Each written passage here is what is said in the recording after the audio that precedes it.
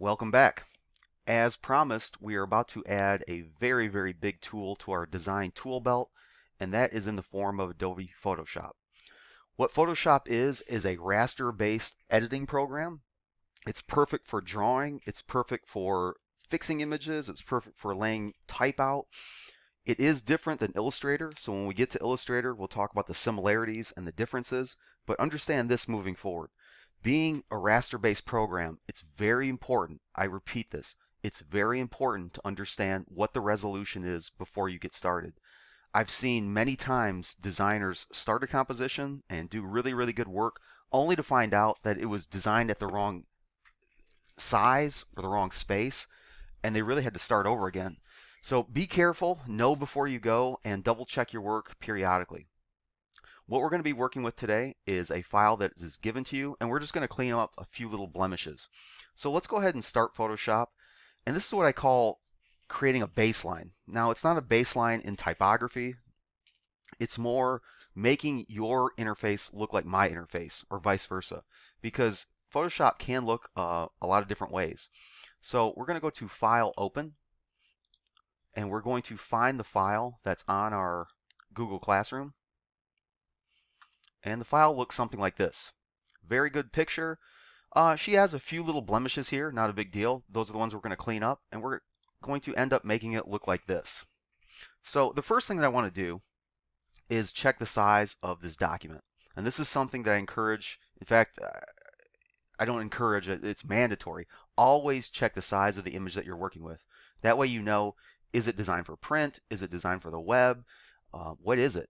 So let's go to Image, Image Size. And right here, you can see that it's 72 dpi, or dots per inch. More on this later.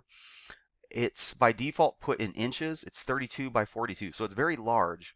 But we could look at it a couple different ways. We could look at it in pixels.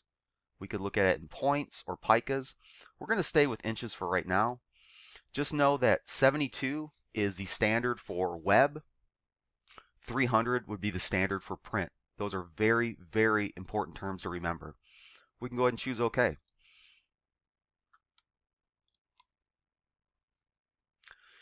So in order to clean up a few of these little minor imperfections here, we're going to use the spot healing brush. Now, if your interface doesn't look like mine, let's go to Window, Workspace, and let's make sure that we reset Essentials.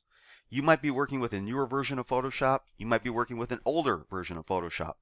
Photoshop really hasn't changed that much in the last 5 years, so if yours doesn't look identical to mine, I wouldn't panic. All the tools that we're going to be using, whether it be in my demos or the demos that I share out with you, these tools are accessible. You might need to do a little bit more digging, but trust me, they are there. When we're working with a document, and yours will look more like this, where you just have a single layer here, and if you're not seeing any one of these panels, everything is under Windows. So if I say look for the Actions panel, if you go to Window, you can access your actions. If I say look for your Color panel, Window, Color, sorry, got the glyphs, Color, and so forth. So in this case, we're looking for layers. So we're going to want to make sure that Window Layers is accessible. Mine's right here. The first thing that you always want to do when it comes to any type of restoration or repair is duplicate the layer. I say this from experience. I've actually designed something or edited a few things where I altered it on the original layer and it came back to haunt me. So do make sure that you're copying it and making your adjustments on that duplicate layer. It's really simple to do. Make sure that the layer is selected and right click and choose duplicate layer. Or you can literally click, hold, and drag and move it to the new layer icon. Either way is going to generate a duplicate layer. This is the layer that you're going to want to design on top of. So now that we have our duplicate in order, let's go ahead and get started. We're looking for the healing brush tool. So right here is the spot healing brush. The hotkey is J. Now I've noticed in newer versions of Photoshop, this is kind of buried. It's underneath the kebab, which is the 3 little dots right here. If we click, you should be able to navigate and find that healing brush tool. If not, if for some reason you can't access it, let me know. I can put together another demo, but here it is right here, the spot healing brush. Now, by default, the healing brush might come out kind of small. You can see that a small little circle icon here. I do have the healing brush accessed. We're going to want to make sure that we're working on the layer in question. So make sure that the top layer is selected as opposed to the bottom layer. You'll know that it's highlighted here.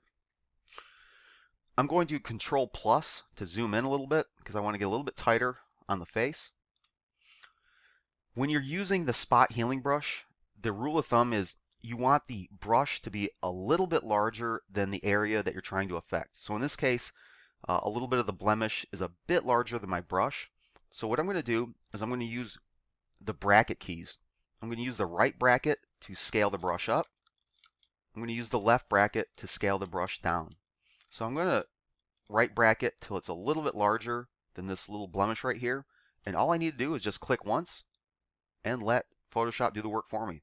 And you can see what it's done is it's grabbed pixels from the surrounding brush area, and through an algorithm, it's kind of combined them and covered up that little spot that I deemed unnecessary.